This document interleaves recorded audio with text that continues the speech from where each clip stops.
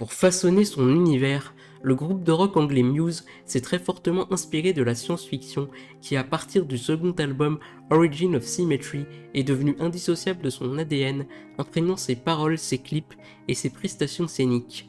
L'obsession du groupe pour les dystopies futuristes, ces sociétés futuristes imaginaires régies par un pouvoir totalitaire à l'idéologie extrême, est au cœur de son œuvre et nourrit son imaginaire.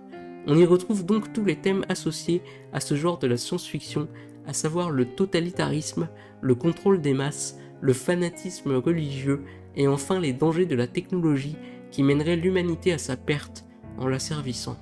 Le titre du deuxième album évoque des concepts sur la géométrie de l'univers, s'inspirant notamment de l'ouvrage Hyperspace du physicien théoricien Michio Kaku, sorti en 1994, qui décrit ce que l'auteur appelle l'origine de la symétrie, à savoir des dimensions temporelles parallèles dites supérieures qui pourraient aider à expliquer les symétries dans l'univers, c'est-à-dire les phénomènes fondamentaux de l'univers, tels que la gravité. Si l'on poursuit sur le thème de l'univers, deux chansons se démarquent dans l'album. La deuxième chanson, Bliss, bien qu'elle semble exprimer au premier abord un sentiment de joie intense, de plénitude absolue, évoque la question de notre place dans l'univers et de notre insignifiance face à son immensité. Dans le clip, le trou béant duquel se jette le chanteur évoque un trou de verre, cet objet hypothétique qui relierait deux régions distinctes de l'espace-temps.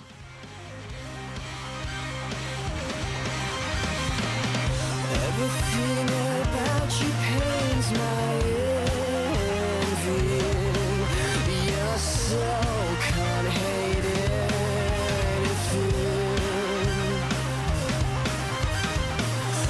Everything about you is so easy to love. They're watching you from above.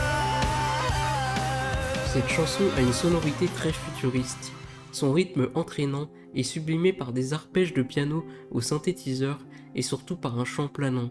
La troisième chanson, Space Dementia, continue dans ce sens en décrivant l'état mental des astronautes dans l'espace qui peuvent parfois faire face à un sentiment d'insécurité, d'isolation et d'insignifiance face à l'immensité du cosmos. Par ailleurs, l'espace y est personnifié puisque le chanteur semble s'y adresser directement.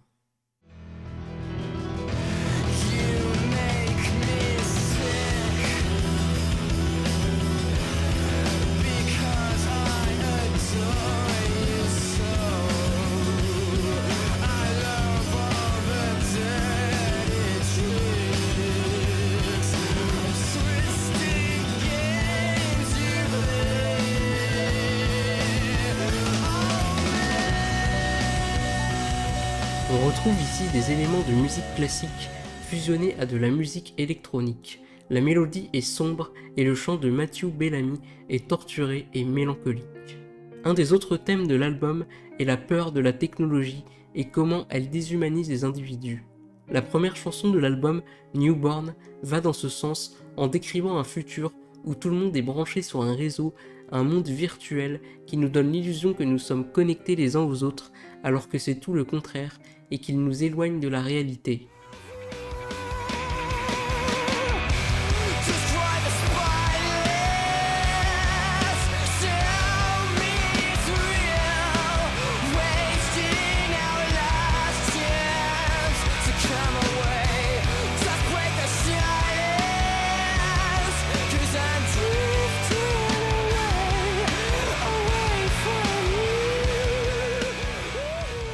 La chanson s'inspire très clairement du film Matrix, dans lequel les humains vivent sans le savoir dans la matrice, une simulation virtuelle qu'ils croient être la réalité.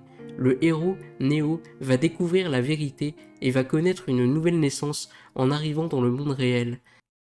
You take the blue pill, the story ends. You wake up in your bed and believe whatever you want to believe. You take the red pill, you stay in Wonderland. And I show you how deep the rabbit hole goes.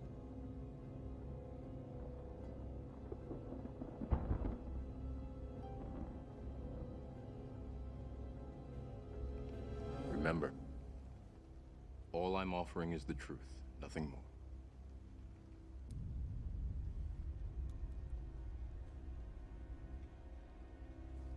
La chanson nous exhorte donc à prendre la pilule rouge, à libérer notre esprit pour échapper au contrôle qu'exerce la technologie sur nous.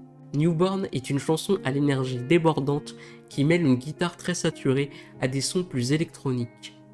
La 5e chanson, Plug-in Baby, nous parle d'une création technologique qui échappe au contrôle de son créateur et qui se retourne contre lui.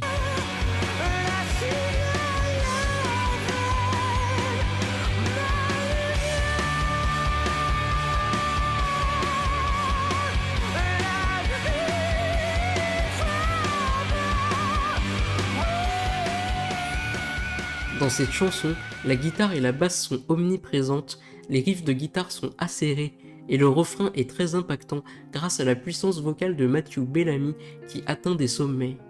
La chanson bonus de l'édition japonaise, Futurism, parle également de ce sujet en évoquant la façon dont l'être humain se prend pour un dieu en ayant par exemple recours au clonage ou au développement de l'intelligence artificielle et de comment en réalité la technologie finira par nous dominer et nous contrôler dans le futur car nous y sommes de plus en plus dépendants.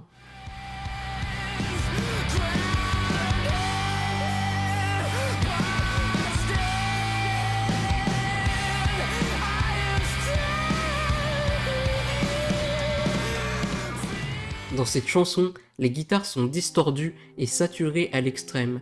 La voix est étouffée dans les couplets, mais nous montre toute sa puissance avec un refrain aérien. La chanson Screenager, qui signifie littéralement ado accro à son ordi, parle d'adolescents obsédés par Internet et la technologie, qui se parlent beaucoup via les écrans en général et qui sont tellement absorbés par cela qu'ils s'éloignent de la réalité. Cette chanson nous incite à rester nous-mêmes et à rester connectés avec nos proches.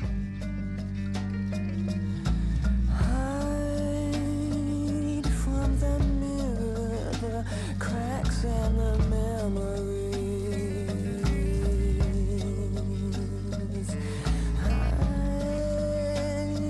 Hide from your family, they won't know you now.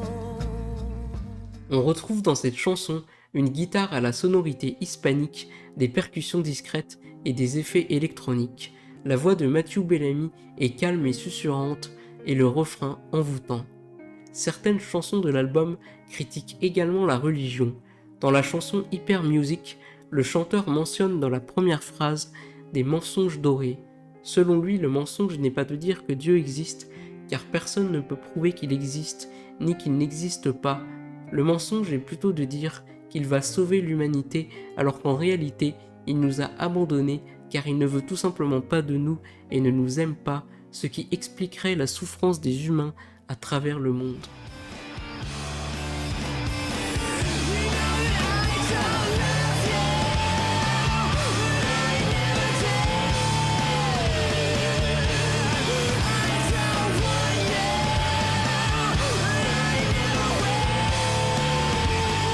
Dans cette chanson, la guitare est distordue, la voix de Matthew Bellamy est très imposante et le final est chaotique.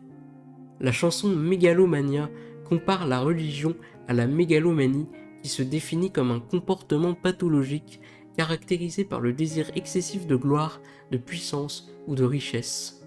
Les mégalomanes se croient supérieurs aux autres, tout comme les croyants pensent que Dieu est supérieur. Cette chanson parle donc de la religion du point de vue des athéistes.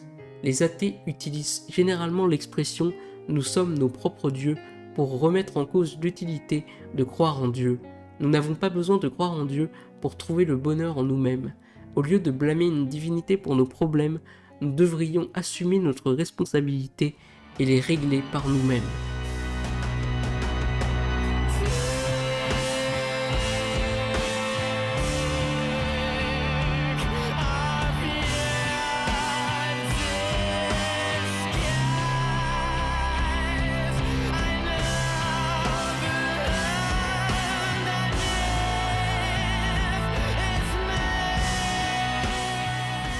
Mégalomania est une chanson quasi symphonique avec une mélodie d'orgue presque lugubre dans le refrain et un chant solennel et grandiloquent. Le phase B du single Newborn, Shrinking Universe, parle de la fin inévitable de toute religion. En effet, selon le chanteur, il est difficile de croire en Dieu dans un monde qui court à sa perte. La chanson appelle à laisser tomber la religion et à accepter qu'il n'y a pas de raison de mourir, qu'il n'y a pas de paradis. La religion perd de plus en plus de son influence.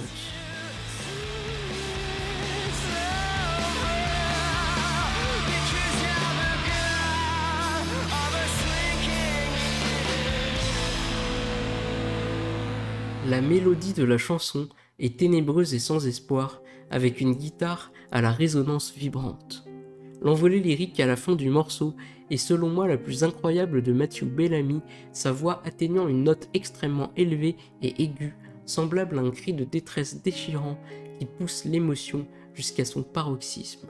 Le totalitarisme est aussi un thème de cet album. Citizen Erased raconte l'histoire d'une personne qui subit un lavage de cerveau et qui essaye de se rappeler qui il était avant.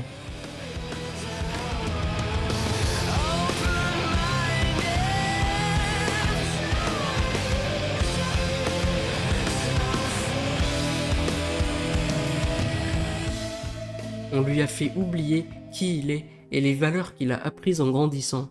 On lui a fermé son esprit à tout, sauf à la vérité qu'on essaye de lui imposer de force. On le force à adopter de nouvelles valeurs que la société trouve acceptables afin qu'aucune connaissance ne prospère en dehors de son savoir.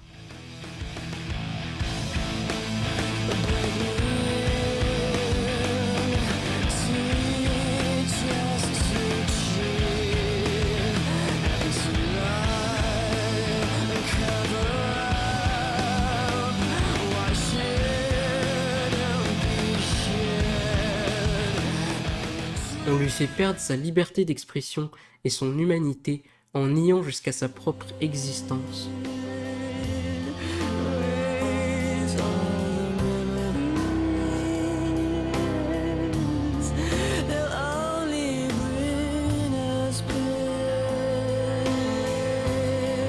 La chanson semble donc évoquer une société dystopique dans laquelle un régime dictatorial surveille la population et la force à adopter sa doctrine afin d'effacer chez eux toute individualité et de les soumettre au système, ce qui rappelle beaucoup le livre 1984 de George Orwell qui dépeint une société similaire.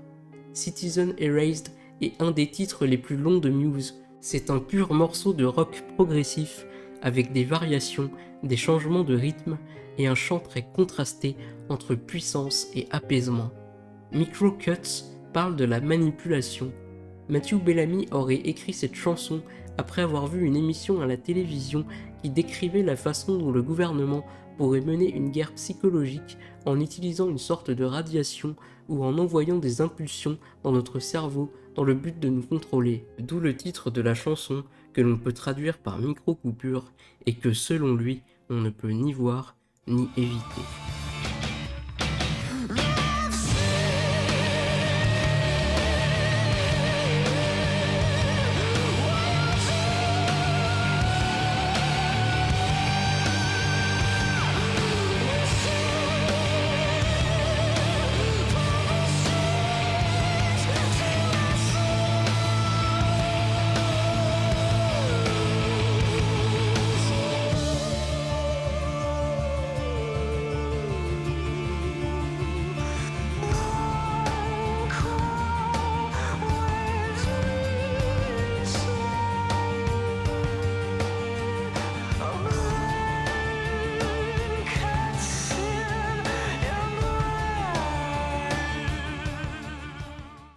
L'ambiance de cette chanson est obscure et désespérée, et le chant est torturé et vibrant d'émotion avec de surpuissantes envolées lyriques dans lesquelles le chanteur atteint un niveau vocal d'une rare intensité. Le face B du single Plug-in Baby, Nature One, parle d'un dirigeant qui a dépassé les limites et qui détruit petit à petit notre monde, provoquant un désastre naturel. Selon moi, il s'agit très clairement d'un message écologiste qui évoque la responsabilité de l'homme par rapport au réchauffement climatique et à l'état de la planète qui ne cesse d'empirer.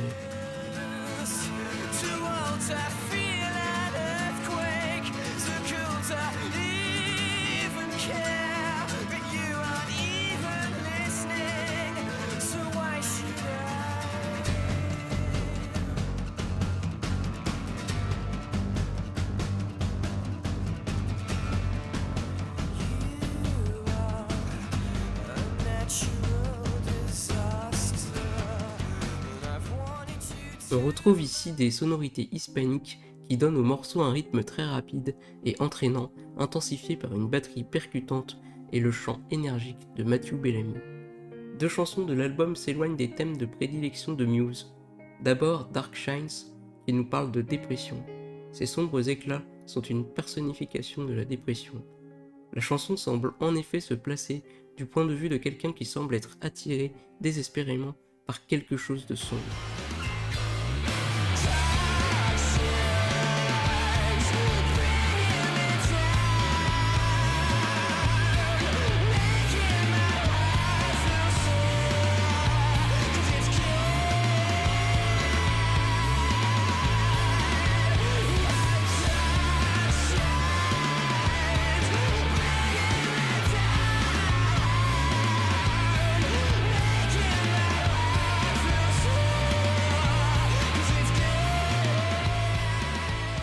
On retrouve de nouveau une sonorité hispanique ainsi qu'une ligne de basse mémorable, une puissante distorsion de guitare et la voix tourmentée du chanteur. Le refrain semble nous happer dans les tréfonds des ténèbres de l'âme humaine. Ensuite, nous trouvons également la chanson Feeling Good, qui est un peu l'opposé de Dark Shines. En effet, elle évoque une envie d'oublier son passé afin de mener une nouvelle vie et d'avancer positivement vers le futur. Cette chanson est une lueur d'espoir dans le sombre univers de Muse. It's a new dawn, it's a new day, it's a new life for me, and I'm feeling good. Muse a réussi à sublimer cette chanson en y apportant son style si unique. On peut également noter une partie chantée au mégaphone qui apporte une certaine profondeur au morceau. Origin of Symmetry est selon moi un des albums de rock les plus inventifs des années 2000. Les morceaux sont riches, avec des sonorités variées qui puisent aussi bien dans le rock que dans la musique électronique et la musique classique. Ce mélange parfois étonnant est ce qui fait la force de Muse, avec ce côté presque expérimental que le groupe recherchera toujours à dépasser en essayant de nouvelles choses et en s'ouvrant à d'autres styles musicaux tout en conservant son ADN rock et en continuant d'explorer ses thèmes de prédilection et son amour pour la science-fiction, bien que le monde qu'il dépeint ne soit pas très optimiste.